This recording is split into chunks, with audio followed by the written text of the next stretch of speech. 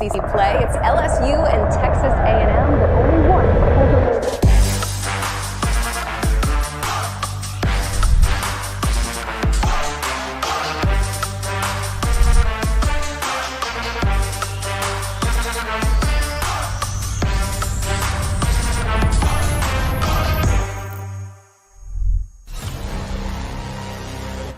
This is a lot of football to be played here in the month of November. But as we say around here, the games in November are the ones you remember. Our first goal is to go win an SEC championship. And that's what we're striving for. That's why we come to Texas. As a little kid, you live to play in these type of games in this atmosphere. They're going to be loud, they're going to be rowdy, they're going to be energetic. It's going to be a dogfight, four-quarter game. We have to play physical and we have to execute. Trust in the culture that we've developed. There's a standard, and that's the way we're playing it in there.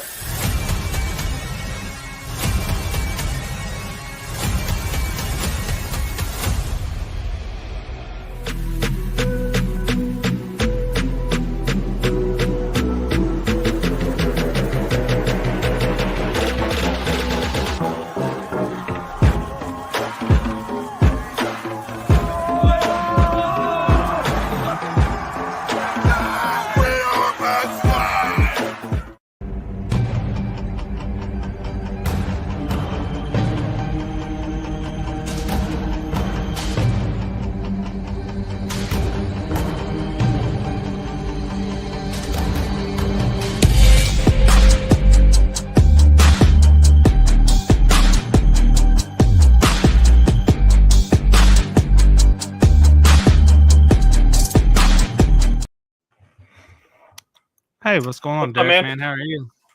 Oh, man, pretty good. just a really light weekend in football. It was so weird. We've had so much in college itself, and it just was so weird. It almost stopped. Yeah, exactly. It felt like it did stop. That's exactly what it felt like to me. And obviously, we had NFL, plenty of NFL games, but it just felt like basketball season was here. Like, it's just the way it felt because of no big college games really going on. So yeah, we have a guest on tonight. He's a local kid from Moore City, Texas. His name is Gage, and he's committed to play at the next level at a D2 school. So we're gonna run a quick ad real quick. Our main sponsor tonight, and we'll get him in here to join us and talk have a good talk with him about what he has going on.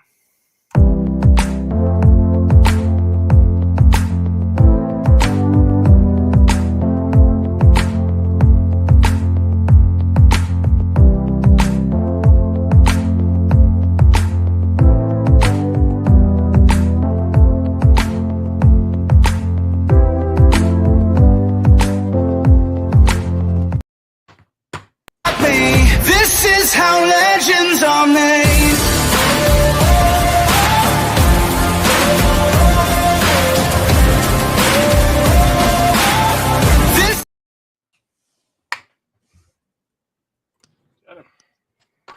What's up, Gage? Oh, How are you, man? I'm good. How are you guys? Good, man. So we talked a little bit off stream, right before we kind of started the show, and so just tell us kind of a little bit about you, so everybody watching kind of knows a little bit about you. I know probably more than probably Dustin or anyone else, just for the simple fact of being from Diana. I know Horse City. That you very rarely, and it's kudos to you, because very rarely do kids kind of come out of there and go play sports because it's such a small school. Kind of tell us like what that was like, getting recruited from there, and maybe like when it started, and just kind of take us through all that. Okay, so yeah, it was definitely a tough process, especially being at such a small school. I mean, I've developed a lot since my freshman year. I was 5'8", 130 pounds, so not a very big kid. I was going to play JV football, but the coaches were like, look, we think you can play at the varsity level. So they pulled me up my freshman year as the back. And also I played a little bit of receiver, special teams. stuff like that. Then my sophomore year rolled around. I didn't have much varsity experience, and then I ended up transferring to Hugh Springs, and I was there for 6 weeks. And with the transfer rule, I had to play JV football. So, coaches aren't looking for JV film, so that was kind of up. So then I ended up transferring back and got to play the last 2 games of the season. So that was fun, getting some more varsity experience. And then my junior year rolls around, and that's when my dad's like, look, like, if you want to go play at the next level, like, we got to do something. You know what I mean? Oh, yeah. Take the next step. So that summer after my sophomore year, going to summer workouts, lifting weights, taking all the supplements, protein powder, everything I do to just get my body the best shape possible, you know what I mean? Big, strong, fast. And then going to like as many football camps as I could, like big schools and small schools like SFA and Lamar, like the FCS schools, and then, all the way down to, ETBU, D3s, like every school that I could possibly make it to, just going, trying to get myself out there, exposure, looked at. And yeah, I ended up having a pretty good season my junior year, 30 total touchdowns. We ended up making the playoffs for the first time in 8 years, so that was really cool. And I know we talked about y'all were kind of a run-heavy type team, correct? Yeah, well, so my junior year, we actually had a different athletic director. Okay. Maybe you guys have heard of him because you said your kids go to Union Grove. Coach Kyle Adams, he was our athletic director my junior year, and we ran the spread offense actually then. So that was more, balanced look. So then we got my new athletic director / head coach, and he coached at Wascom and then at Tatum before he came here. And, like I told you guys, he likes the flexible and option offense, which is, it's a very run heavy offense, but like pretty much I controlled everything. So I would pretty much decide where the ball went to whoever. And this season was a lot rougher than last. We didn't win a single game, and it was tough. But despite all that adversity that I faced, I was able to, get somebody looking at me who decided, what, this kid has got what we want. So, I mean, I'm extremely blessed. Was that your only offer, or did you have other maybe smaller type offers or anything like that? Yeah. So yes, this is the only offer that I have received. I was in contact with some NAIA schools, but none of them had offered me at the moment. Okay. How was that? How would you say that transitioned from new AD, new head coach? Like you read the offense, or and I noticed that in Union Grove, like you said, he's that the old AD he has Union Grove ties now. I saw their offense change a little bit. I'm assuming he may have had some stuff to do with that. But how was that transition? Was that tough for you, or like how did you feel about running that offense this year? Did you feel like it was a whole new learning curve for the whole team, or did it just never go the way y'all wanted to this past year, just in general? Yeah, I mean, pretty much everything that could have went wrong, I guess, went wrong. You know what I mean? Like we had, I would say me personally, the change in the offenses didn't affect me as much as the other guys on our team. The beginning of the year, we had a couple injuries, some guys transfer out, and that was just like a huge shot in the foot. You know what I mean? Like just kind of key guys. Yeah, bad thing after bad thing happened, and then next thing you know, senior year, I'm looking 0-3. You know what I mean? I'm like, oh my gosh, we got to do something. Mm-hmm. Outside of the head coach, the changing in the head coach and all that, obviously offense, was there anything else you had to face adversity wise, like any injuries or anything like that, or were you pretty healthy through the high school part of your your high school career? Because I mean, you play all sports. You told us you play everything. So is there anything you've had that's really set you back, or have you been blessed and lucky enough not to have to go through anything like that? I mean, I've been pretty fortunate not to be injured. I mean, my freshman year, I played 5 games, and then I actually ended up fracturing my collarbone, so I didn't get to play. But I mean, other than that, I haven't really sustained any major injuries. Just like the occasional rolled ankle or something like that. You know what I mean? Everybody gets those. Yeah, of course. So we know you play quarterback offense wise. Since you are at a small school, did you have to play defense too your senior year, or was it just strictly quarterback? I did have to play defense. So they moved me around a lot. So I would play, sometimes I would line up outside linebacker and rush the passer, or I would be, inside linebacker, or sometimes they moved me back to safety. It just depended on the opposing team's offensive scheme and what we wanted to do to attack their looks. What would be your favorite defensive position to play if you had to pick one outside of the ones you've played? I mean, you've played linebacker a little bit of, out there in the safety position. Did you like the safety because it was kind of like that? You had a nick for the ball because obviously you're a quarterback, or did you like playing linebacker to get to linebacker? You get to hit more than you do a safety for sure. So I mean, kind of what was your play style on defense? What did you prefer to play if you had to pick one of those spots? My favorite position is actually inside linebacker. Oh, nice. Yeah, I like that position the most. Linebacker, I love the linebacker did position. Did you take a official visit to the college you're going to, or was it just kind of over the phone, anything like that? So the way this worked out was, coach that I was in contact with made a Twitter post asking if any schools still ran the option offense, and I was like, I run the option offense, so I replied to it. Oh, so it's an option offense school.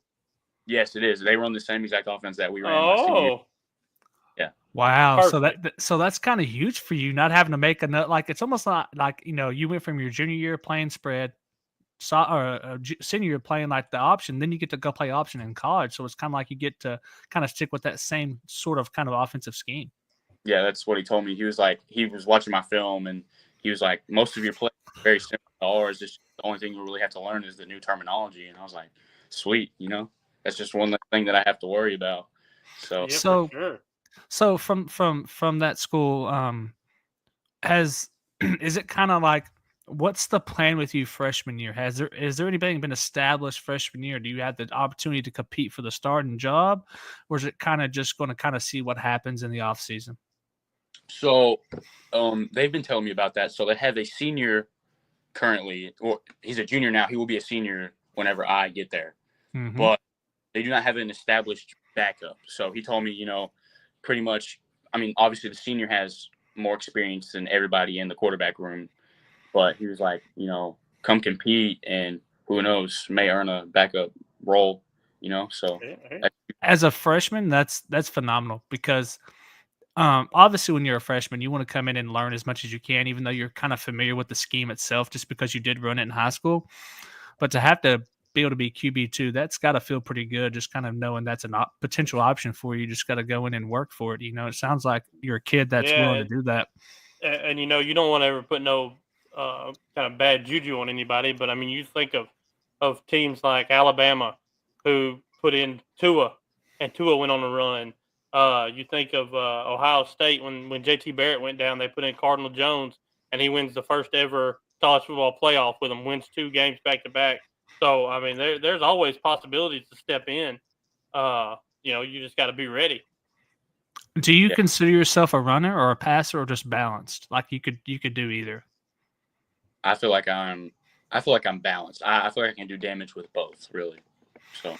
Yeah, and I think that's huge in college. I mean, obviously in high school, especially even a smaller school, it's you could do both and be very well at it.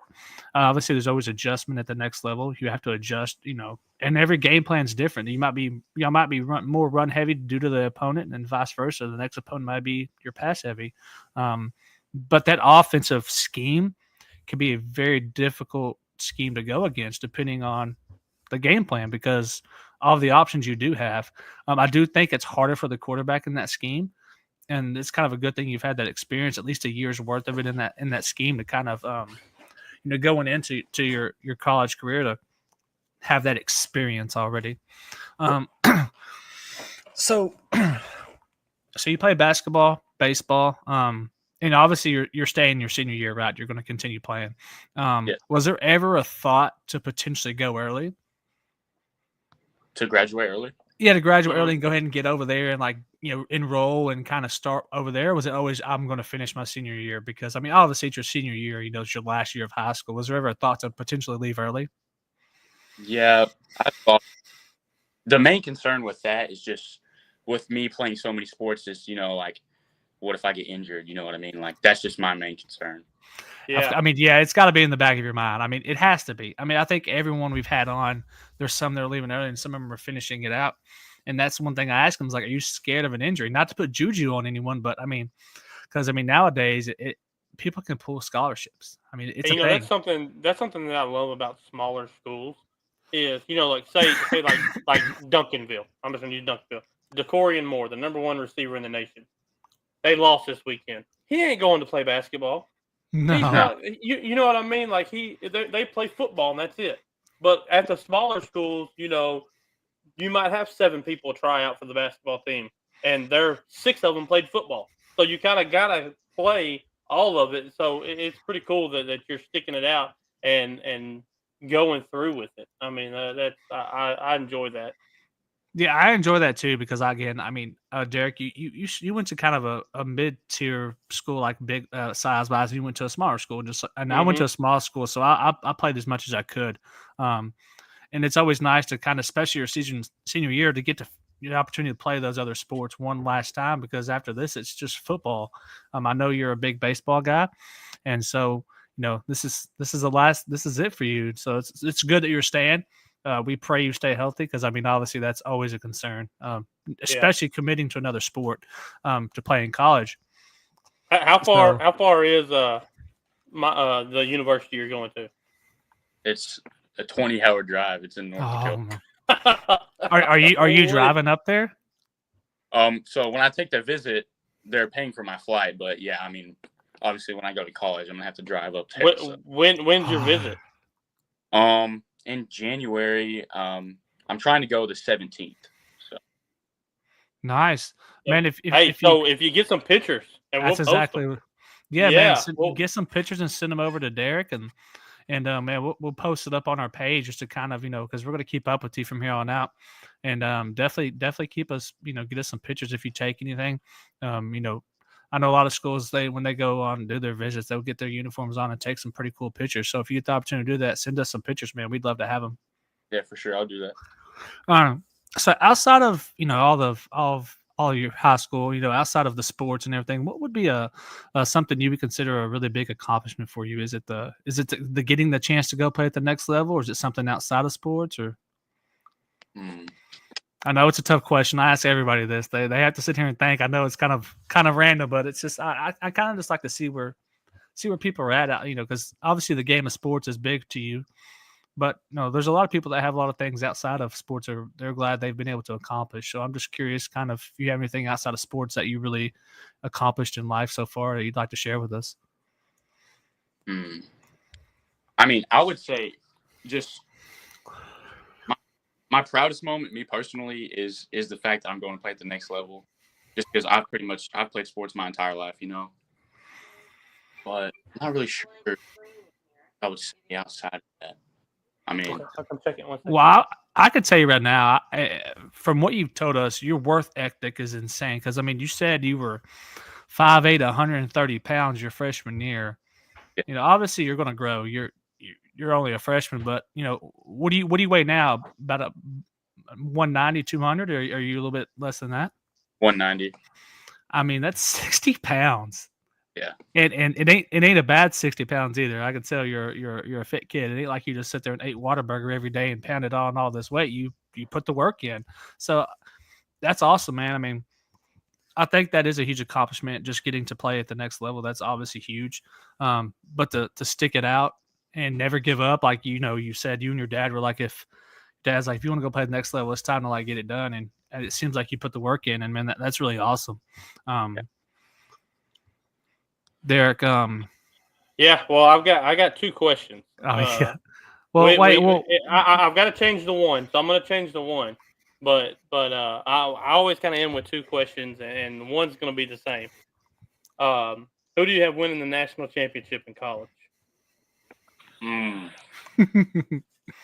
That's a tough one. I think that Oregon. Derek, you're on a roll, man. I'm on a roll right now. I like Derek's it. on a I like roll. getting off the Longhorn bus. And then so the second one we'll back it up with was who's winning the Super Bowl? Ooh. I definitely think that Detroit has the biggest chance of winning the Super Bowl right now. I could kind of agree that they got spanked today, but I do like Detroit's chances as far as the NFC at least for sure. So kind of what me and Dustin were talking to you about off the screen, man. We're gonna come watch you January 10th at Orange City. We're gonna come watch a basketball game. Don't get nervous that game. Yeah, hey, you might put up 40. If you want to put up 40, dude, just start jacking them up. Like I want to see a 40 bomb. Just green light it the whole game. No questions asked. I'll talk to the coach before the game. I'll be like, listen, every play needs to be ran through Gage. No, like whatever plays you have for everybody else, just change it up and just nothing off for Gage. I need at least 40, 50, whatever you want to do, just give it to him. Yeah. So I do have one question. Because you picked Oregon to win. Who's kind of your favorite team in college football? Like just in general, like what's your kind of like team you always keep up with? Oh, my favorite team is LSU. LSU. Oh, they definitely ain't winning it. No, no. I thought they had about like the Aggies, brother. They ain't winning it either. I thought they had a good chance at the beginning of the year, but Do you? What do you think about Naismeier coming back? I think that is huge. I mean, in the middle of the season, he had like a little turnover interception problem, but I mean, he's a good dude. Like he's solid. I believe that next year he's going to be, a good draft pick. Like I think he's going to be a good. That was tough for y'all to lose Bryce Underwood to Michigan. Yeah. I think that's what brought him back. I think they I think they took some of the money they were throwing at him and gave it to Naismeier to come back. Probably because, you said, he's not bad. He just there was a 3 to 4 game stretch where he struggled pretty bad.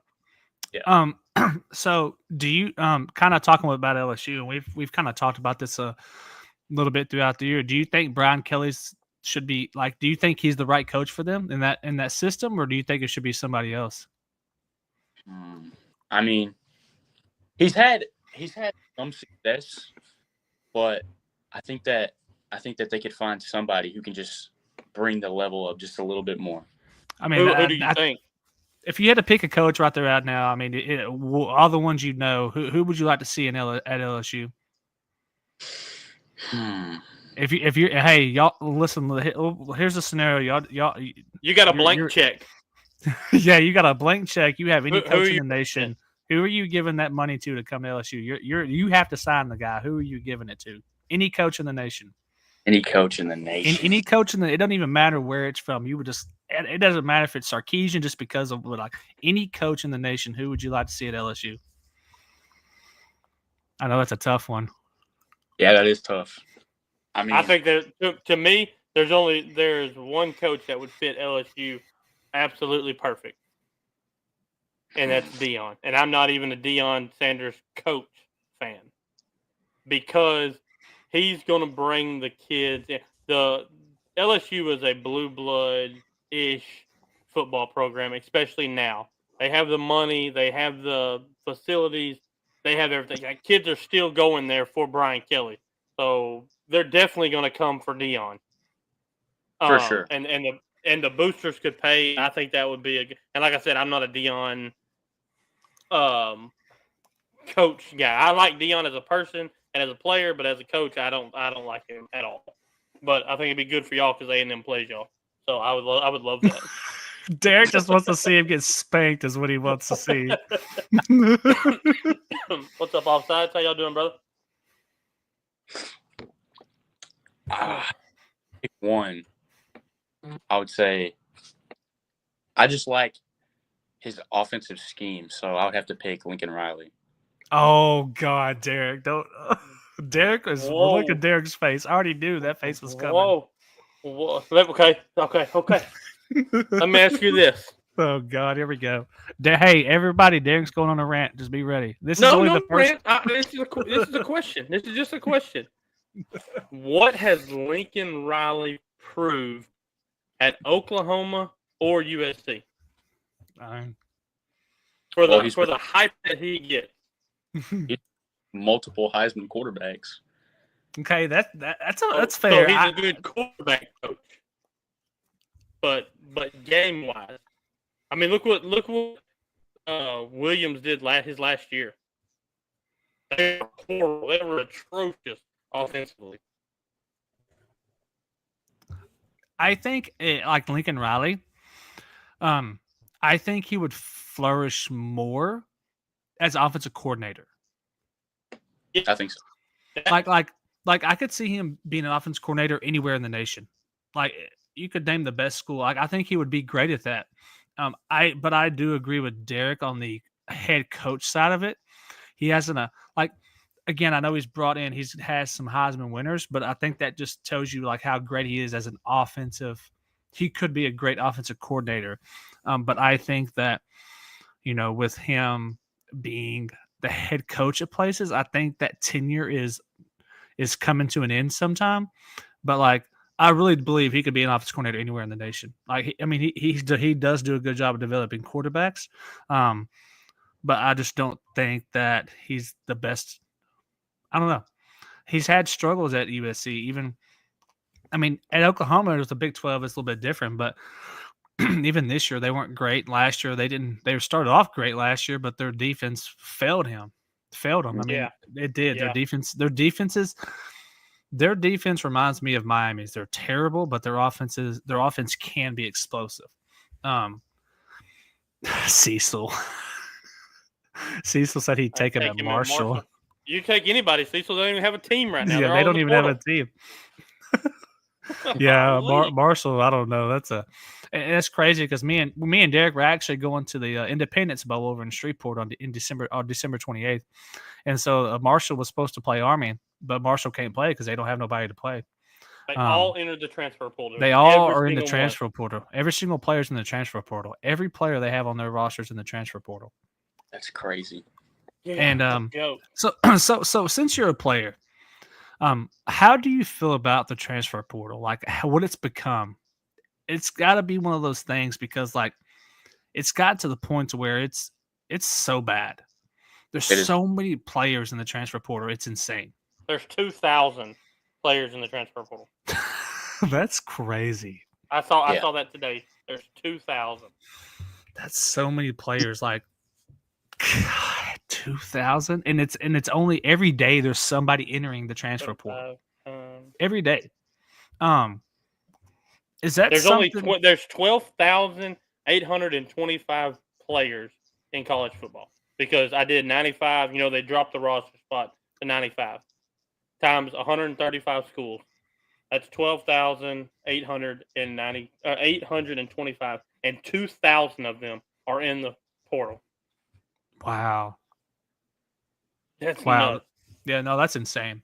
Well, man, is there anything that you kind of want to talk about or mention that we didn't ask you about? I think we covered pretty much everything. Awesome, man. Well, yeah, man, we appreciate you taking time out of your evening. Got a short week this week, huh? Y'all don't go to school all week, right? Or do y'all go this whole week? No, I think we're getting out Thursday, middle of the day. Thursday, yeah. Nice. And then you get a 2-week break. That's pretty nice. Well, man, yeah, we appreciate you coming on. And we'll see you 3 days later after you get back. We'll see you 3 days later. later. On the 10th. The 10th. All right, man. We appreciate you coming on, man. And man. We'll keep up with you. Oh, hey, by the way, I'm gonna throw this at you too before you go. I'll throw this at all of them. I know you got family and everything, but if you get a couple extra tickets, me and Derek will come up there. Well, we'll find somewhere to come. I don't know about that. That's a trip. We'll meet you at a middle game somewhere. Yeah. I don't know about coming all the way that 20-hour drive. Well, I wouldn't drive that one, Derek. I will not drive. Correct. No, Yeah, that's correct. Well, I'll have to pull up his football schedule, and we'll see anywhere kind of south from there, and we'll go from there. Yeah. Well, man, hey, have a good one, and we'll talk to you soon, man. All right. Thank y'all for having me on. Yes, sir. All right, man. All right. Man, another great young small school kid, man. Those are so fun to talk to. Yeah. I mean, you can always tell, and I'm not knocking anybody else that we've had on. Not a single one of them. They've all been great. The small school kids, you can just tell the not necessarily the upbringing, but just how they answer the question. Everything is yes or no. It's very blunt. You could just tell small school kind of vibes just by talking to them. Yeah, if I didn't know he was going to Ore City, I would have picked definitely a small school around here for sure, just because of what do we say? Great parenting. I mean, you can tell man. you can tell all these kids have amazing parents. Just solid all around people. Oh yeah, man, they're all like that. So before we hop into our next kind of topic, I didn't really think we could talk about the college games. There weren't that many. I mean, I do want to say, obviously, well, let's run the next ad and we'll kind of talk about a little bit of college, and then we'll hop into some other NFL and some basketball stuff as well. Drew Henkel. Therapeutic is located in South Tyler. Drew specializes in deep tissue work to relieve your chronic aches and pains. Drew also offers sports massage or full-body stretch sessions for athletes or people who have tight muscles. Find him on Facebook or call him at 903-747-0417. Comanche Tees is located in Longview, Texas. They are owned by Naomi Simmons. They specialize in making all kinds of custom apparel and hats for any occasion. You can scan the QR code on the screen to go to her Facebook, give her a call at 903-985-9120, or even email her at comanchetees24@gmail.com. Awesome. Yeah, so kind of talking about the games, like I said, not much going on, but Navy took care of Army. Big surprising upset for me. That was an upset. Their quarterback was, well, really Brian Daly. It was the opposite in this game. He threw for 2 touchdowns, and he ran for 2 touchdowns for over 200 yards. We talked about Daly, 3 interceptions. He should not even throw the ball 3 times a game, much less have 3 interceptions. He threw 16 times. That's why they lost. I don't know if that was because they got behind and they started to throw the ball more, or if they started to throw more, we kind of went away from their game plan. Because I mean, he wasn't even their leading rusher, and their leading rusher had 53 yards. So that's what I'm saying. Yeah, they just went away from what I thought would be their game plan. And Navy just ran away with it, man. This was a surprising score to me. I definitely thought Army was going to win just because of what they've been doing with the running game and what Daly's been doing, but it didn't work out that way. So Navy took home, and well, we still get the chance to see Army play. December 28th. So we're still super excited. And they get to play LA Tech, which is even cooler because they're playing a local closer. They're not right and there. We might get to meet Jackson. That would be cool. Man, I hope we get to meet him, man. That would be really, really fun, man, to meet him in person, because obviously we didn't think that could be a thing unless we went and watched him play. Unless we went and watched him, yeah. But now we actually might get to meet him beforehand, so that's pretty exciting. And then Jackson State won. They won pretty easily, 28-7. And then listen, I watched a little bit of the South Alabama and Western Michigan game. It was a good game. It was 30-23, and South Alabama won, which that's who you picked. Man, those running backs for Western Michigan, they have 3. They're fast. They're fast. And listen, they actually they all get almost the same amount of carries, man. That's an insane system. You usually don't have 3 like that, especially in college.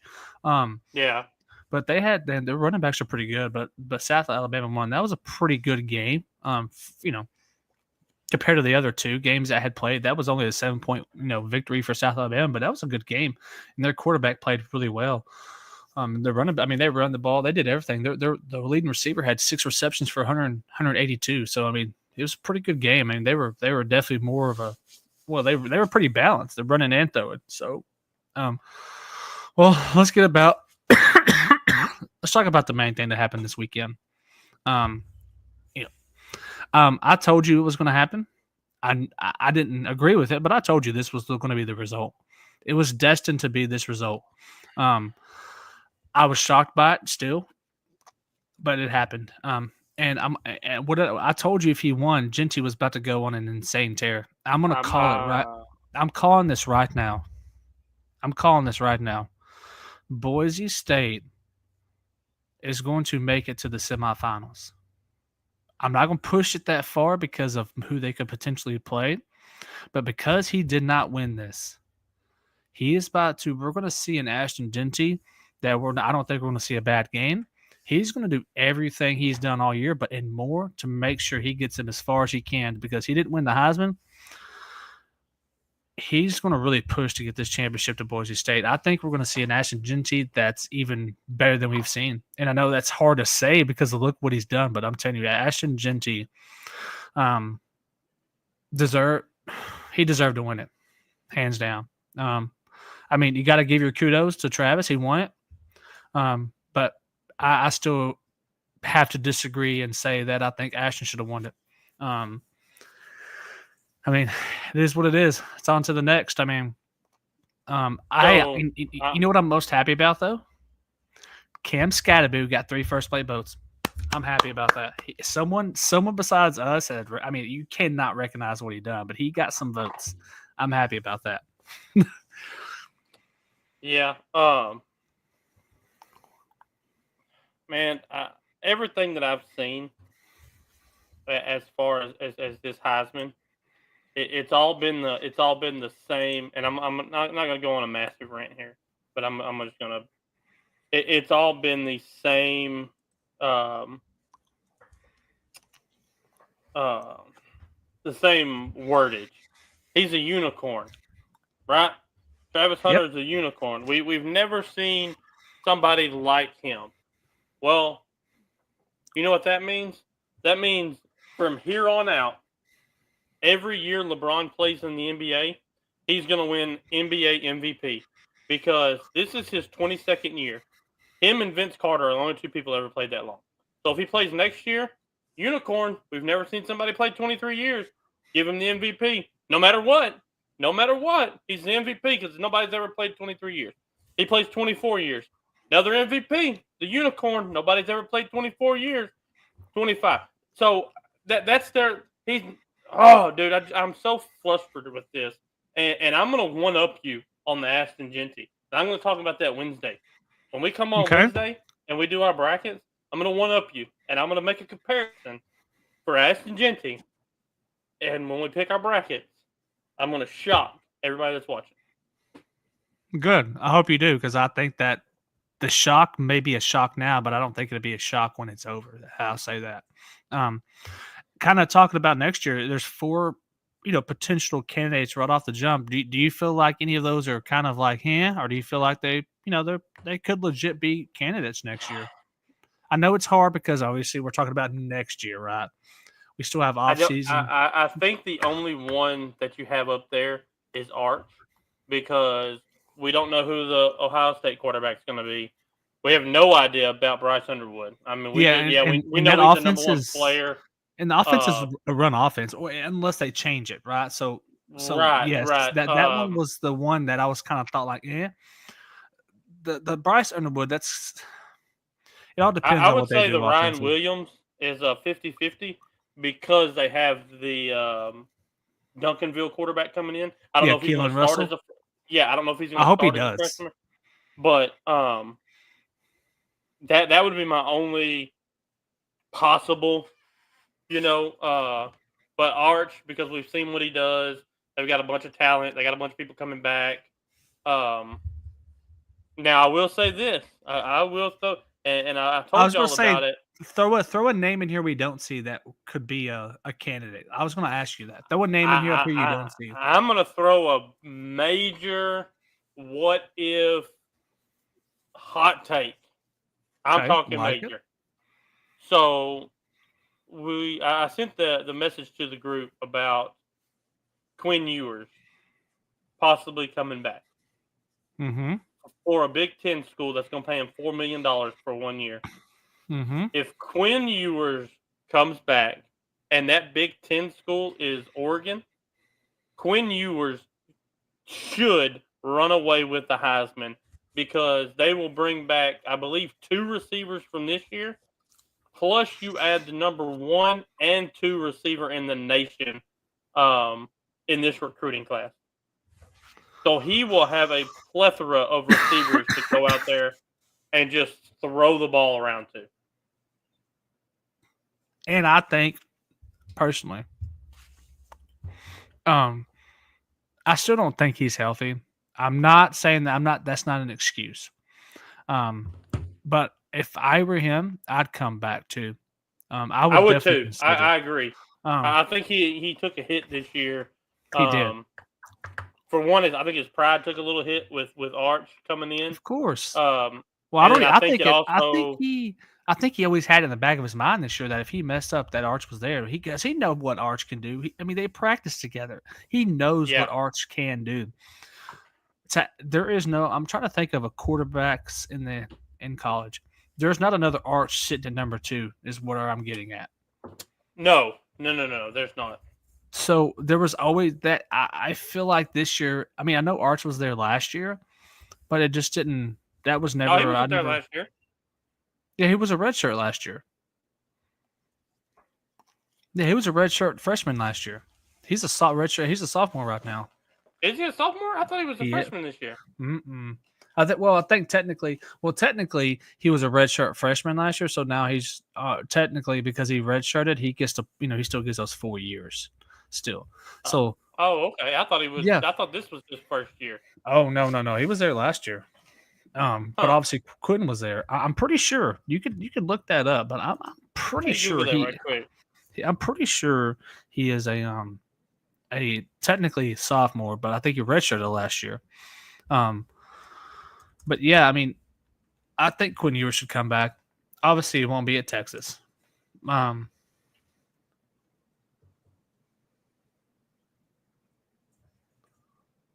me see. I'm looking. No, Arch enrolled January 9th, 2023. Yeah, so that was last year. Yeah. So last year was his freshman year. Yeah. Red shirt. That's right. But yeah. Yeah. Yep. You're right. So he technically, after this year, he has 3 more years of eligibility. I don't know. I don't know how you get 8 years, but they get it. Some of these players, but technically he has 3 years left. So yeah, Quinn Ewers should come back. Man, I love Quinn Ewers. When I found out he was coming to Texas after he went to Ohio, he committed to Texas, flipped to Ohio State, and then he came back. I was super excited. I knew what he was. I love him, but I think with Texas, it's time to move on after this year. Because if they don't move on from Quinn, Arch moves on, and you don't want to lose that. There's no way he plays another year behind Quinn. So I hope it works out for him, man. I hope he still brings us a national championship. I believe he can if he plays well. But it's going to be definitely a long road in the playoffs because every game is going to be a big game. So, but excited for that for next year. A little bit of talk for next year. We'll run a quick ad and we'll get into some NFL games. Good games this weekend. Some surprising games. There's one that was really surprising that I had thrown up here. We'll talk about. So let's get into this ad and then we'll run through those games. One of the many things that we offer is a fence repair. And today we're out here in Longview, Texas. We are going to be replacing a rotten 4x4 post.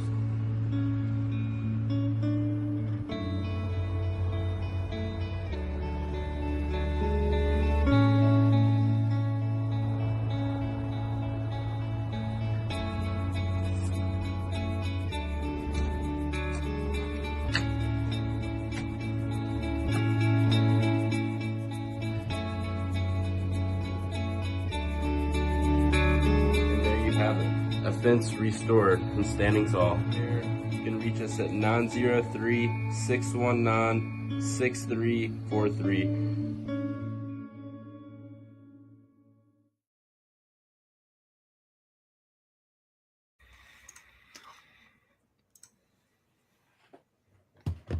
Hold on. How about them Cowboys, baby? Hold on. How about Cooper Rush? Cecil, are we still doing this? Cecil. Come on, Cecil. You still do not believe Clemson's beating Texas right now, do you? We'll be talking about that next Sunday. We'll be talking about this. No, Wednesday night. Playoff starts Friday. They play Friday, so we'll be talking about Wednesday night. We'll be talking about it. We're going to talk about the result though. Saturday morning, if you're here, if you could be here Saturday morning, we'll be on Saturday this weekend. So Cecil, I need you to get up about, I'm sure you get up a little early, get your cup of coffee, get ready because we're gonna be talking about this Saturday. Cowboys. Hey, I do want to say this real quick, Cecil. If Clemson wins, I'm gonna make sure Dustin's on. I'm not gonna let him say, "Oh, I've got technical difficulties on mine. I can't get on." He's gonna get on. We're gonna do this. No. I'm gonna be on regardless of the result, and I will be on. And I will get. Cowboys. How about the Cowboys? I was surprised. I'm not even gonna lie to you. What was the most surprising stat just on the screen right now? What's the most surprising stat? Obviously, the rushing yards. Look at them. I'm 150. The rushing yard by one player, not a team, but we're talking one player here. Can I tell you a fun fact I found out today? Yep. That the Dallas Cowboys had the most rushing yards over the last 3 games out of every team in the NFL. Well, Rico has. He's had the most rushing yards out of any player this is the 3rd game. It was 2 games before this. This was his best game as a Cowboy, obviously. 150 yards. The last 3 games. 3 straight wins for the Cowboys? No, they lost last week. They lost last week, but he still had a pretty good game. Yeah. That was surprising. Cooper Rush, very efficient, no interceptions, over 200 yards. Wouldn't how you give it to him? I was surprised. I expected Carolina to be more competitive. I've been talking about how competitive they've been against some really good teams, and then they play a team that's not as good as they have played, and then they just don't really do well.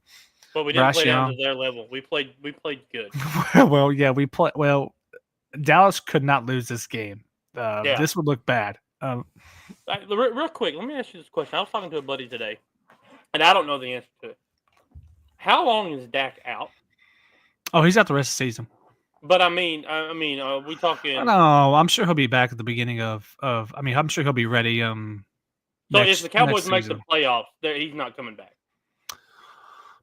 I mean, he's on IR now.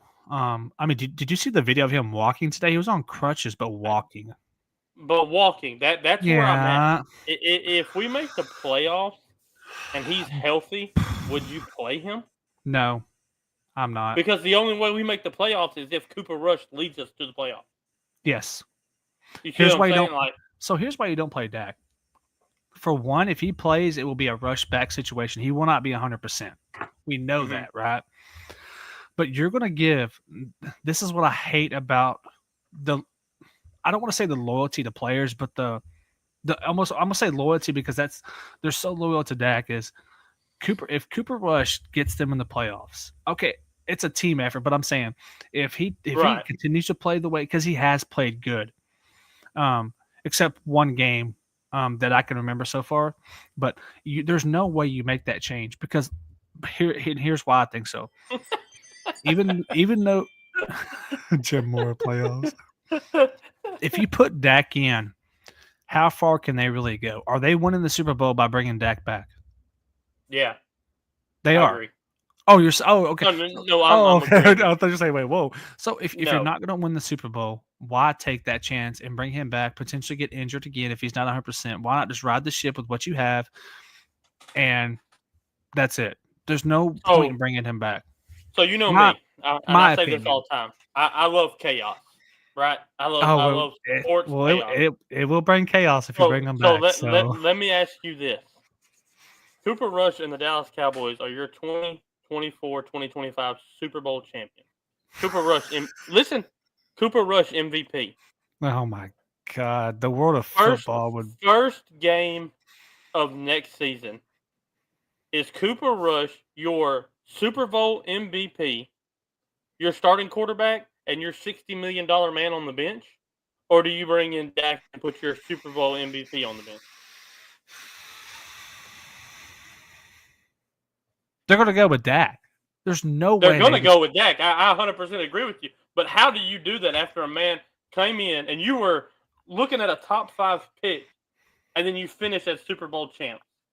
You know who this reminds me of? This scenario was when Carson Wentz got hurt for the Eagles, and they brought in Nick Folks, and he won the Super Bowl for him. Yep. And then the next year, he's not even on the team. Yep, that's exactly what I was thinking. I think that the chaos. I love it. I love the chaos. I don't know, man. I just like the person. If it was me deciding that, I would want to keep. I think Dak gets traded next year. Really? Yep. So are you saying they're drafting a quarterback somewhere? Nope. I think not this offseason. Next draft, 2025 or 2026. Because what I think is going to happen, there's going to be a team that reaches for him. Like the Raiders are going to miss out on Shador. I think New Orleans is looking for a quarterback. I know they still got Carr, but I think New Orleans is looking for a quarterback. Mm-hmm. The Browns are definitely looking for a quarterback. Browns are definitely looking for a quarterback. Obviously, I think New York's going to get a quarterback. Both New Yorks might need a quarterback. Both might. I think they will be a 6 or 8 game stretch where at the beginning of the year where teams are kind of evaluating Dak, and somebody will offer Jerry a pass. Cowboys aren't going to be good with Dak next year. I'm telling you right now. I'm just going to tell you because we're still not going to have a running game because we've screwed ourselves in missing out on Genty. Johnson is still in play. I don't know if you've watched any of his film. The running back for Iowa. If you haven't, go watch. He's very good. No, he's insane. He is amazing. I think he's amazing. Hey, I got somebody. I know who Dallas can get. We miss it on Genty. There's only one more person we should get. Scatterboo. What? No, I don't think Scatterboo's going to pan out in the NFL. I think he's great, but I don't think he's a starting running back in the NFL. Oh, come on. You don't think so? No, I don't. Is he better than Rico Dowdle? There's no way he's no worse. I think they're about the same, but I really think Johnson is. No, Johnson's nuts. I love that Johnson came from Iowa. He's really good. He really is. Good. I think that might be our play. Getting Johnson mid to late first round, depending on how we finish the year. Beef up the offensive line. Yeah, I think the offensive line should be the number one priority, even over a running back. I really do. Ooh. I don't think you could pass up a good to great running back for an offensive lineman because the offensive line class is deep. I think there's 2 from Texas, 2 from LSU. Bama, Wisconsin's putting out a few. Ohio State's putting out a few. I mean, I think there's probably 10 to 15 day one starters on the offensive line, and some of these teams aren't getting offensive line help because they need skill positions. They need, you know what I mean. Dowdle, I do want to say this though. I want to say their offensive line. I mean, the rushing of the game has gotten better week by week. I'm going to give him that, especially over the last, I would say, 5 games. I mean, he has 731 yards. I know that's not crazy because of you look at Saquon, so forth. But if they continue this the way they're playing offensively with the rushing game, he has a chance to get over 1,000. I think from Dallas' eyes and how bad that offense has been all year, that's got to be somewhat of an accomplishment. Mm-hmm. Has to be. I mean, he's. I mean, Dowdle is not the answer, but I'm saying is the thing with offensive linemen stuff is that there's a lot of good offensive linemen at all kinds of schools that are not big name schools, right? In the draft, obviously you have the Texas left tackle Banks. He's phenomenal. He's probably going to be the number 1 offensive lineman taken. Yes, I agree. I don't think we have a shot. Obviously, we don't have a shot at him because we're not going unless we draft up. And I mean, it ain't going to happen. But no, Jerry's not trading.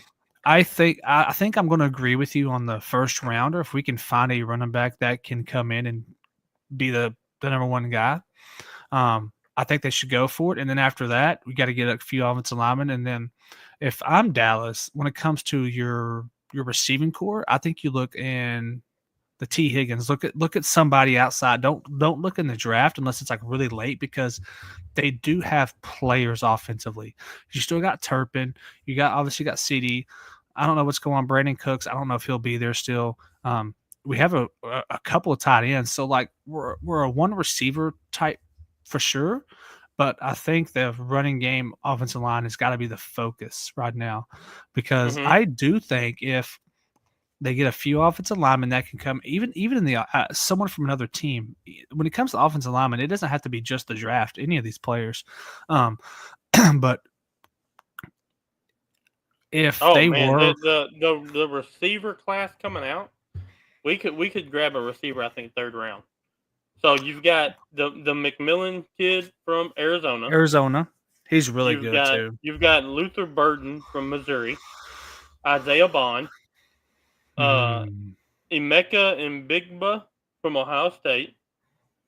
Then you've got Evan Stewart from Oregon. Down there sitting at 11. He's the 11th best prospect coming out. What about that kid from San Jose State? Is he coming out? I mean, he was the number one receiver in the nation. Yeah, I don't see him. He may be staying. He might be staying. Yeah, I don't know. He's really good, though. See him on here. No, he's coming out. They have him as the 28th receiver in the draft. Wow. Explain that. Explain how you're the best receiver in college football and you're 28th. Because of where he plays. That's why. I mean, it's stupid, but that's why. Hey, we could get either one of the. We could get Jimmy Horn Jr. or Will Shepard from Colorado. Both of them.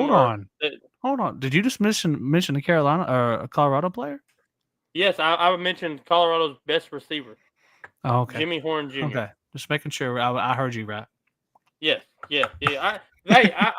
There's people on the team that I think are great, and I've said this. I think Shador is a real. I mean, you look at his stats. He's probably one of the most efficient quarterbacks, if not the most efficient quarterback in college football. I think he is a phenomenal quarterback once you look at it. But I think the baggage, and this is what gets me. When you score a touchdown, I don't need you flashing a watch. You don't need to wear a watch in a football game. There's an 85-foot scoreboard at the other end that has a time on it. You don't need to wear a watch in a stupid game. Like, you don't. But that's a culture issue. That's something Dion allows. And, he can sit there and say, oh, no, we're going to run it like this, and we're going to do it like this. Why are we wearing watches on the sideline of a football game? That makes no sense. Yeah. I better get off of that. But, all right, let's get into this other game. This was a super shock to me. I mean, it's not a shock, but 40-17 Buccaneers. I mean, I know Jim is happy with this, but I told you if the Buccaneers got Mike Evans back, this team was going to come back in a way. Baker looked really good. Baker looks good. I mean, Mike Evans played insane, as you can see. I mean, this Tampa Bay team is going to make a run, I think. They got him back at the perfect time when they were still in the hunt. I think they're leading the division, maybe, or they're right there right now, because I think, if I'm not mistaken, I think we're in a 3-team race for the final wild card spot with these 3 teams. You're talking about Dallas is? No. I think Tampa Bay, and Atlanta are fighting for the division, and then I think them two and the Chargers are fighting for the last spot. Oh, no. No, Tampa Bay's leading the division. Yeah, so I'm thinking something else. So, yeah, you got Minnesota, Green Bay, Washington right now. That's the wild card teams. It's Minnesota, Green Bay, Washington. You have the Rams in the hunt. I mean, Dallas is in the hunt, but they would have to win out at this point. Oh, Dallas has to win out. Absolutely. Because they play Washington again. And I want to say Philly again. Let me see. Yeah, they play Philly. I'm pretty sure they play Philly again. So we got the Bucs next week, Sunday Night Football. Okay. Then we got the Then we have the Eagles. Then we have Washington. That's our last 3 games, and we have to win out to make the playoffs. Derek. I mean, I see the Super Bowl. I don't know what you see. I see Super Bowl champ. I did it. We're going to get screwed again. We're going to have the number 17th or 17th to 21st pick in the draft is what we're going to end up with. And again, we're going to miss out on all the good talent. We're going to miss. I mean, so here's the problem.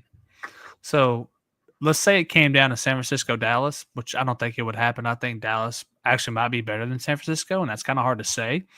But San Francisco has the head-to-head, so it wouldn't even matter. And really, that's the only thing that's like complicating it right now is when it comes down to like the last spot. If it was to come down to those 2 teams for whatever reason, but see, here's the problem: is I just don't. Derek, there's no way they win out. They're not beating Philly. No. There's no way. No, they're not. I agree. Could they beat the Commanders? Yes, yes, we could beat the Commanders. I think that's a winnable game. We can't beat this Bucs team. No, if this could be the score next week. This could be the score next week. Yes, that's what I'm saying. I agree. As much as but see, Derek, I never wanted Dallas to win any more games in the first place. I wanted them to lose so we could get a good draft. So I mean, here we are. But, man, we picked the Buffalo game. We both said Buffalo. It ended up being a little closer. I think that Detroit scored at the end to kind of make it look a little bit better than what it was. But, I mean, this game. So shout out to Jared Goff. 60 times and 5 touchdowns. Shout out to 5. We talked about it.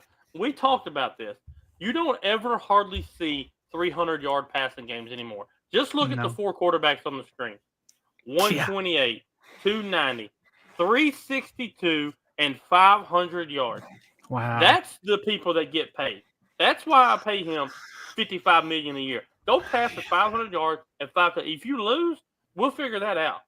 Yeah. I'm paying you to put up Russell Wilson. I'm not paying you $35 million to go throw for 128 yards. That's a high school quarterback number.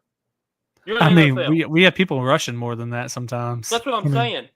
But hey, real quick, the biggest thing I see on this screen, and I could have said it a couple weeks ago, but I really just forgot. I already know. Cecil just mentioned it to me. So Steelers clinched the playoff today with a loss. Mm-hmm. They sure did.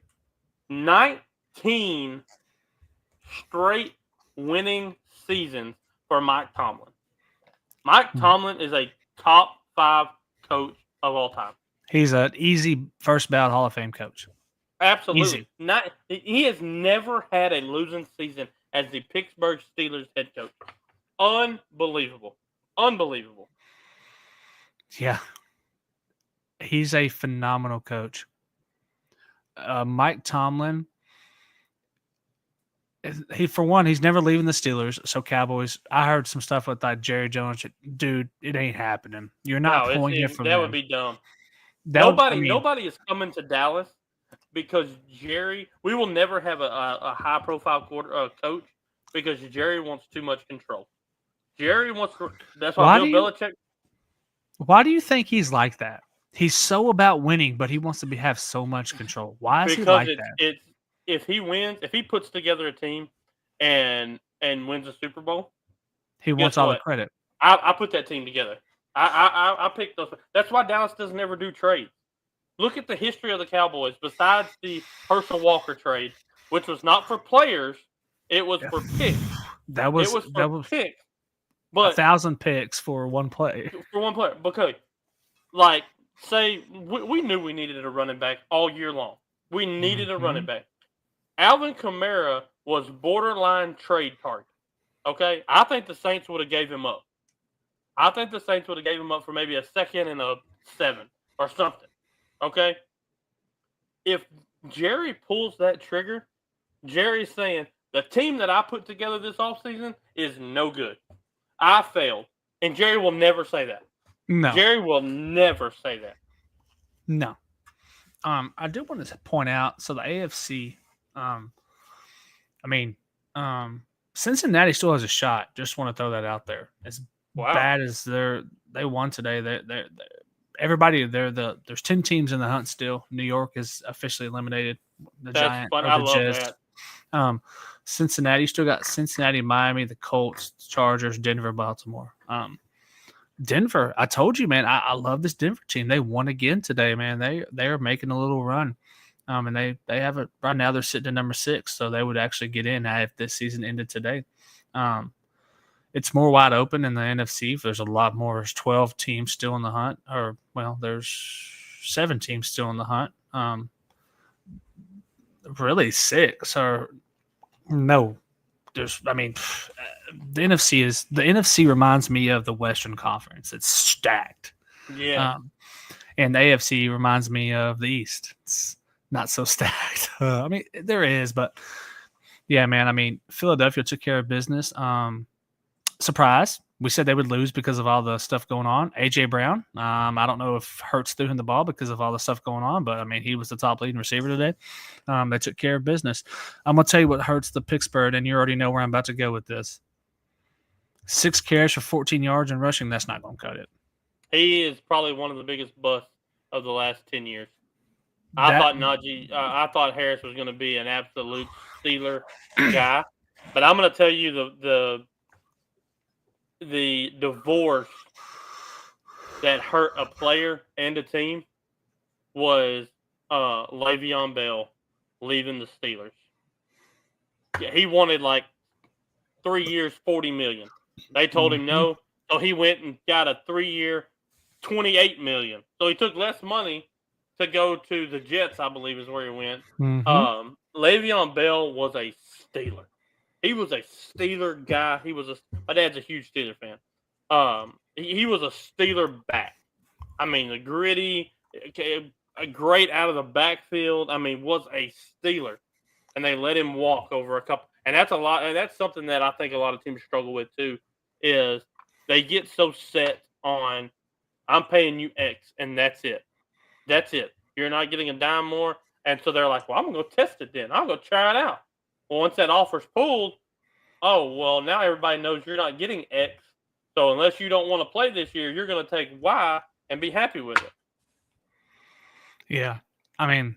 If their defense will carry them a long way, but if they don't get the running game fixed and you're going to rely, Russell Wilson has played great this year, but if that's all you're going to rely on is a passing game, it will catch up to them in the playoffs. They've got to have to change the scenery. He needs to change the scenery. I wouldn't mind giving him a shot in Dallas on a 1-year deal to see what he could do.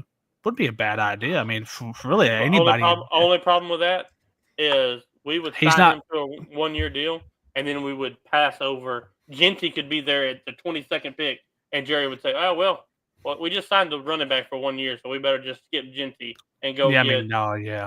You know what I mean? Najee Harris. Yeah.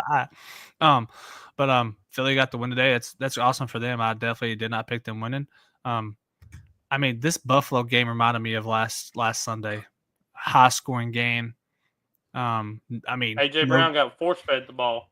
I know that was turmoil. 8 for 110, and I don't know the full statistics of this Buffalo game, but this could be the second game in a row where we had no turnovers. I didn't see any. I didn't see anything either. I didn't know. I don't know if there was any sacks. I don't know if there was no sacks either. That's just going to be crazy because that would be 2 games in a row. By the way, update on the score: Packers are up 17-3 against the Seahawks. Very shocking to me right now. I did not see that happening. Let me look here. I want to look to see. So yes, there were some sacks. So there was but no turnovers. Buffalo had 3 sacks. Detroit had 0. So Detroit did not. This is the second game in a row that Josh Allen has not been sacked at all. No turnovers, nothing. If Buffalo plays like this team is so scary. Yeah, so scary. Detroit's scary too. That's the crazy thing about it. Detroit had two fumbles, lost 1 and got 1. So they had some turnovers, but Buffalo, Buffalo is probably the clear favorite in the AFC. This is still the most surprising thing. I thought this team was going to, not because of Josh Allen, but I thought they were going to go a little bit downhill because I don't know. They couldn't name a number 1 receiver. They just didn't. But Josh Allen is carrying them. Dude, he is. I don't want to say this out loud because I said this out loud about the Heisman and it got thrown in literally everybody's face in America. But there's 2 front runners for the MVP, and they're on the screen right now. It's Josh Allen and it's Jared, Saquon Barkley. Oh, Saquon. Yeah. Yeah, I mean, they're. I mean, Jared Goff could be there as well, but I mean, he'd probably be top 5, 3,200 yards, 25 touchdowns, 10 interceptions. I mean, I'm not mad at it. You know what I mean? Like that's really good. 10 interceptions in 14 games. So, and I think one game he had 5. So, it was something like that, wasn't it? Could you give Joe Burrow the MVP being on a bad team, even though his stats are just insane for having such a bad team? I didn't think so. I don't think you can do that. I wouldn't even mind a co-MVP this year, Allen and Barkley. I think it takes away. I think it takes away from it a little bit, but I think it also says, "Hey, y'all both had incredible years, and y'all both deserve it. That's the only way we can do it." Yeah, but great games. These 4 games were great. I mean, Dallas played. They got the dub. Buccaneers probably shocked the world a little bit. Not saying I didn't never think the Bucs were good, but without Mike Evans, he was really struggling to find that receiver. Now he has him back, and he looks really healthy. Bucs look good. Philly and Pittsburgh. I mean, this could have been either win, and then Buffalo and Detroit. I mean, just great games in the NFL past couple weekends, man. Really, really good wins for some of these teams. Yeah, Mahomes has it. Mahomes is, I don't know, man. I don't know what's up with him. This team, they're winning, but I don't think they can keep playing that way. But I will say I say this all the time. Patrick Mahomes and the Chiefs are built for the playoffs. But that could change this year. But they're a playoff team. They win a lot of games during the regular season, but they're the opposite of Dallas. They can win in the playoffs. I mean, obviously they've won 2 Super Bowls in a row, so you can't knock that. But I think the Chiefs are built for the playoffs, and we'll see what happens though. Okay. Hey, before we hop off of football, I'm gonna go to. I'm gonna ask you a question real quick. Okay. And I want you to give me your opinion on it. Okay. So I got 2 running backs sitting in front of me. This just came across my phone, and so I want to ask you about it. One of them has 361 carries. The other one has 344. One of them has 2,500 yards rushing. One of them has 21-24. One of them has 29 touchdowns. One has 27. One averaged 7.3 yards a carry. One averaged 5.9. One averaged 192 points per game. One averaged 193. Which one would you take? Oh my God, both. But if you had to pick one, which one would you take?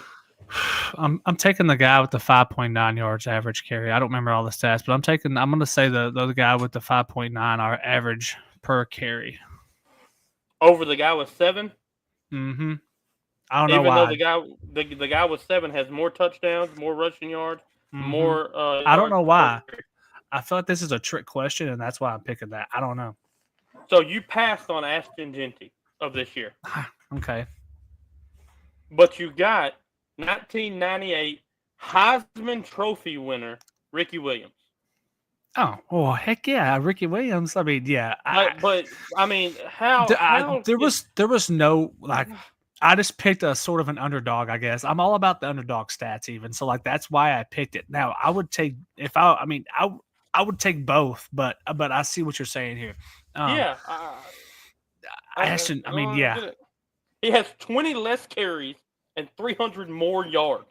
Yeah, I mean, it's just that's mind blowing. Yeah, I mean, Ashton. I mean, we're going to talk about him for a long time, even when he gets in the NFL. I just feel like he was robbed, man. He will revitalize the running back position from day one in the NFL next year. Mark my words. I'm hot take. Ashton Genty will have a better NFL career than Travis Hunter. All right, he said it yourself. Mark it down. Mark it down. I love it. Okay, so we're gonna hop into some basketball now. I'm gonna run another ad, and then we're gonna hop into some NBA, and then I have some college stuff I want to throw out there. Nothing crazy, just some rankings, kind of where things are at right now. They update them once a week, so it's kind of the records may not be as is, but we are within the week. I think they actually do the rankings tomorrow. Tomorrow, I think. So it will change. But as of today, this is what they were. But let's run a quick ad and then we'll hop into the basketball stuff. So yeah, guys, Dubby, man, I love this stuff. I don't know, it's a tub of powder. Got plenty of flavors. You mix it with some water. They have shakers available as well. They have a sample pack that comes with a shaker and a few flavors. They're really good, man. That push and punch is really good. I love that stuff, and I've had a few of them. So yeah, if you're interested in any of this stuff, if you'll go to their website, they have a website, they have an app, and they're on Facebook. You can use code TS2024 for 10% off, and it would contribute to our podcast, and we would appreciate that. All right, we go. The big cup game coming up Tuesday. I hope they hang OKC, a the banner Bucks, like the Lakers did. Oh, I'm sure they will. Man, who you have it? Who do you have in this one? Bucks by 15. I think the Bucks are rolling right now, man. I think they look good. They're finally gelling. I think they've stopped listening to Doc and Darren Ham. I think that's why they're playing so good. They're listening to Giannis and Dame Lillard is who they're listening to. That's who they're listening to. I think they are playing really good. I will tell you this. I know it's still a lot of basketball left to play. A lot. Oh yeah, a lot. I think they've hit a small peak, and I think they're rolling right now. I think they'll tail off towards the end of the year, but I think they'll pick it back up. I wouldn't be surprised to see them in the conference championship game if they play the way they're playing right now. I think they're a top team in the East right now. Yeah, I agree. The Bucks are rolling. Like, they turned this around like really fast, actually. Yes, they did. I had them possibly not making the playoffs because of how bad they were playing. But they were like 3-18 or 3-7 or something like that. They were bad, man. And Cecil said, "I can't stand basketball." Why is that? Why is that, Cecil? I did see a stat that one team, I forgot who it was. I have to go back and try to find it. They shot almost as many 3-pointers in the game as they did 2-pointers. It was college. Yeah. It was college, but I think they shot 37 2-pointers, and I think they had 29 3-pointers. Wow, that's insane. Yeah, that's what I'm saying. If you find a big man and just make him be a big man, he would win league MVP because there's not a big man in the league right now that could guard a big man on the block. I think I like Milwaukee in this too. I think they're here to prove. This is a proving moment for them. OKC has nothing to prove. I mean, they're here as rightfully so. They should be here. I don't think we would have, if we would have looked at this before this cup started, I don't think we would have picked the Bucks to be here just because of how bad they were playing. I'm gonna roll with the Bucks too. I'm gonna pull the Bucks by 10. I like the Bucks right now. I like where they're going with how their season's going now. And Giannis and Dame are insane. If they can get Chris Middleton healthy, that team has another threat. Obviously, you got Bobby Portis still. You got Brook Lopez. Like, you have a squad here. They just got to get healthy and keep playing the way they are, and they will continue to climb the ranks. And kind of speaking of the ranks, this is kind of where we are right now. They were like number 14th, and they've made it all the way. Now they're number 6. So, I mean, they've made a tremendous stride in kind of a short time. I am completely shocked by the West. Memphis at 2, Dallas at 4, Golden State still hanging around. I hate seeing the Lakers at 10. I'd like to see them about 15 range. It is what it is, man. I tell it like the Rockets. The Rockets are really good. The Rockets look really good. The East is actually very competitive. I think right now, the top 7, top 8 in the West is really competitive. In the East, I'm going to go 6 through 1 is the champion of the East is coming out of there. I don't think the Hawks make a run. I wouldn't be surprised if the Hawks don't go on a little skid and Trae Young gets traded this season. Please trade him to San Antonio. Please. I think LaMelo Ball gets moved. Please, LaMelo, come to San Antonio. I'm making my case for all these. LaMelo, Trae, somebody please come to San Antonio. I would love to see. Of course, I want to see Dallas up there, but I think the West is the funnest basketball, and it has been for a while. I mean, that was the whole take about LeBron being in the East. He made all those things because the East was so weak. The East was so weak. The East is still weaker than the West, but I think it's a little more balanced now. But I think your top 7 to 8 in the West are the best teams in basketball. Mixed in with the top 6 from the East, I think you could take that, and that this is where I don't like how the basketball or NFL or whatever. I don't like how the playoffs are done because I think if you take the top 8 from the East, from the West, and you mix in Cleveland, Boston, New York, the Bucks, that's your playoffs. I don't want to see the freaking Jazz. I don't want to see the Lakers. I don't want to see the 11-15 Bulls, the 10-15 Nets. Those aren't the best teams in basketball. Why are they playing in the playoffs? I mean, we've been talking about this kind of since we started to kind of dive into the basketballs. They just need to do it at conferences, and let's just put the best 20 teams. Well, that's it. Technically 20 teams because of the play-in, but yeah, so we'll say 20 teams because, there would be 2 games before to get the 7th and the 8th. But yeah, I mean, I would like to see the best 20 teams. And I mean, right now it would be, it may not be West heavy, but it will have more West teams. At one point at the beginning of the year, it was like, oh my God, it's the West and a handful of East teams, but it's balanced out. It's getting more balanced out. So yeah, I mean, there's going to be a time and change with this, kind of like how college football has gone to the playoffs. NFL. Look at here. Look at the 11 and 12 seed in the West, 13 and 12, and 13 and 13.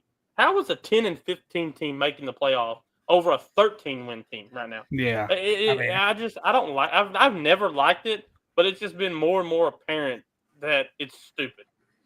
I'm happy that my San Antonio Spurs have the same record as the Lakers. So I'm good with that. I'm really good with that. Yeah, for sure. I mean, they're better than they were last year.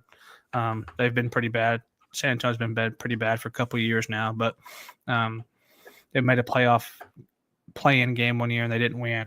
I think it was the year before last, but yeah, I mean, basketball, we're getting into it, man. It's that time is coming where we're going to be basketball heavy here sooner or later. And NBA, there are some games tonight. San Antonio lost to the Timberwolves. Man, that was just Wemby had an insane stat, though. He had 20, 12, and 7 blocks. I mean, it's just insane.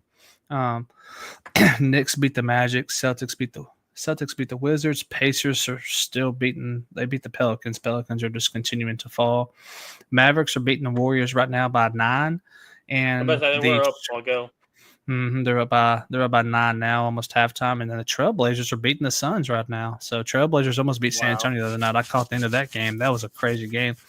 You got the Lakers and Grizzlies at 8:30. Now they're about to start. So yeah, got some. Grizz by 20. Grizz by 50. I'll never pick the Lakers ever. I don't care. They could be playing the Wizards. I'm saying Wizards by 3. Wizards by 1. Yeah, I mean. All right. Well, we're going to talk a little college. Again, creeping into the basketball side. Let's run our last ad, and then we'll get into the college stuff, and then anything closing, and then that'll be the show. We'll kind of talk a little bit about Wednesday. Wednesday's going to be a big show, guys. Really big show. Yeah. So we'll talk a little bit about that, and then we'll end the show for this evening.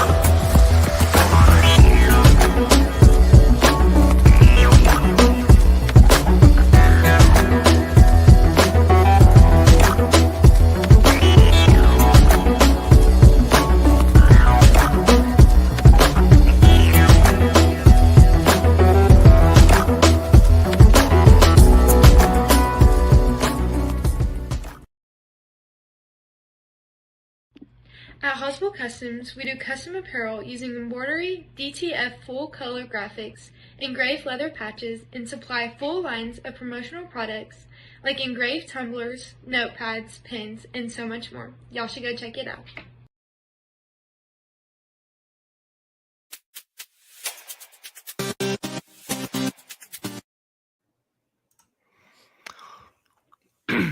All right, so here's our top 25 from both the women and the men's side of college basketball right now.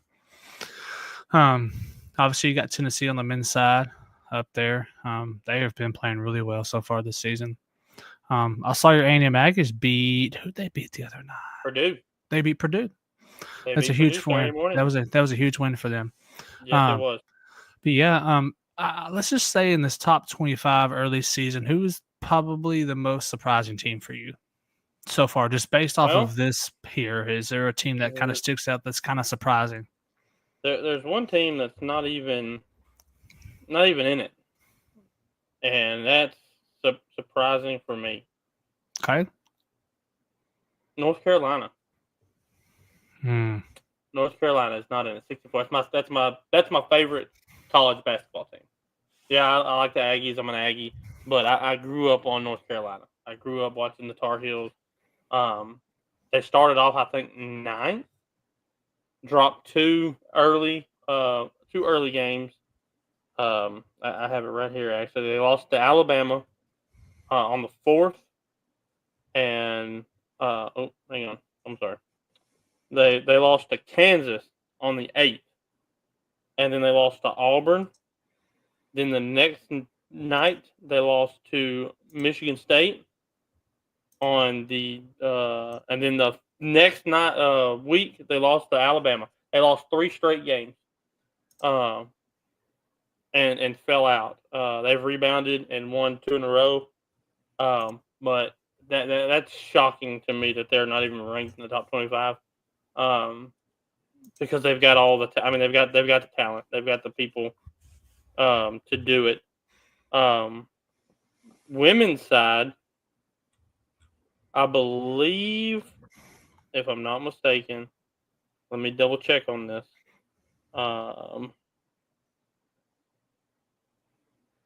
Paige Beckers is out. What? She got hurt? No. She got. I don't know. Let me make sure my stuff is correct. It was a non-contact injury. She was dribbling down court, and like her leg, I don't know. It looked weird, the way her leg kind of like landed. Mm-hmm. But she was just, like I said, she was just dribbling up the court. But other than that, man, they look good. They're playing good. If she gets back healthy, I really think she gets her one this year. I think this is the year that Paige gets her one. Cecil Spence, Worthy, and Jordan. Yes, sir. Yes, sir.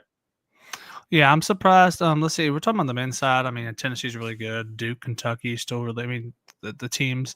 My most surprising, just based off this list here, is probably Purdue. That they're still good even after losing Zach Edey. They're still rocking and rolling. Houston has declined a little bit. They're 5-3. I don't expect them to be in this top 25 when it comes out tomorrow. If that's when it comes out, I don't know what's going on over there. They're usually really well, even though they're in the Big 12. So I don't know what's going on with that. I mean, obviously North Carolina's big disappointment so far. Hopefully they kind of get it together. Texas ain't even ranked, man. And I mean, I feel like our losses aren't bad, but I mean, here they are. They lost to Ohio State first game. They've lost to UConn. They have a brutal schedule coming up, man. They got Texas A&M. They have their next 2 games they'll win. They got New Orleans. I don't even know. New Orleans Hornets. I don't know. I don't know who they're playing. It just says New Orleans. Hello. But yeah, basketball. It's weird. I do hate that they only come out with a ranking every once a week. I like the daily things, but I get it. When you're playing every day, you can't really change it up that much. My Texas girls are up here though. They're number 6, so I do like that. I mean, on the women's side, it's competitive, but yeah, I mean, Texas I had something come up. I got to run real quick, but great show, and I will be back on Wednesday. I'll holler at you here in a few minutes. Yeah, sounds good. I'll finish it up, man. All right, appreciate it. All right, sorry guys, Derek has to leave. I'll finish it out, soloing it up. But yeah, we have Texas has a brutal schedule coming up when it comes to conference play. They got Texas A&M, number 17, Texas A&M. Then they got Auburn 2, Tennessee 1, Oklahoma is 13, Florida number 9, then Texas A&M again, then Ole Miss, and then Alabama, Kentucky. I mean, Texas has a really rough schedule coming up. Yeah, I'll update y'all on what happened with Derek. I'm not sure what happened, but hopefully everything's okay. He said he would give me a shout, so I'll figure out what's going on with that. But on the girls' side of things, man, it's really competitive, man. The girls, man, they're so good. I mean, you have UCLA, UConn, South Carolina's, LSU, USC, Texas. I mean, it's going to be an insane college basketball season, and we're really looking forward to it. I mean, March Madness is honestly, it's around the corner. It's insane that we're already talking March Madness, and we haven't finished college football yet. It's like that every year, but yeah. So yeah, Wednesday's a big show. We're going to be doing a big playoff show. We'll be picking we're going to go through the brackets, pick all of our winners, and we also have Jim. Jim's going to be picking doing a bracket for us as well. Instead of doing upsets, we're just going to have him pick a bracket and we're going to play it on the show, and we're excited about that. And then also on Wednesday, we have another special guest coming on. Super excited about him. He's had an insane journey that we hope he's willing to share. Yeah, so we're excited about that. And then we have the college football playoffs starting next Friday. Let's see, the first game is Friday, 7 p.m. Indiana Notre Dame. That's the first game. So see who wins that game. Should be a really good game. And then Saturday you have SMU Penn State, Clemson Texas, and then Tennessee Ohio. So that'll be fun. And then we'll follow up with games starting next Tuesday, the Tuesday after that, who determines who will play Boise. So we appreciate everybody coming in. And again, we'll be back on Wednesday as normal, 8 p.m. Central Standard Time. And everybody have a good evening.